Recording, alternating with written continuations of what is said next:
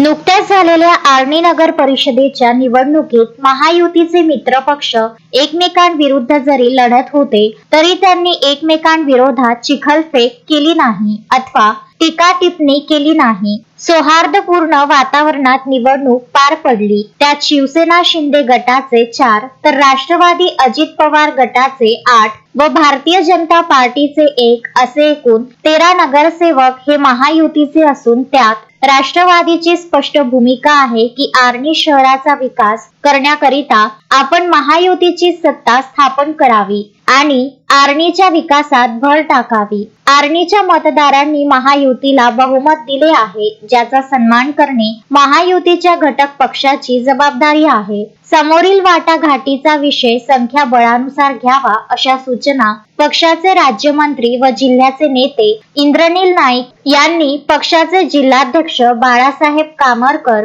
पाटील व जिल्हा सरचिटणीस सुरेश मोर्लेवार यांच्या उपस्थितीत तालुकाध्यक्ष सुनील पोतगंठवार यांना दिला आहे. किशोर पवार, विदर्भ न्यूज, आर्णी.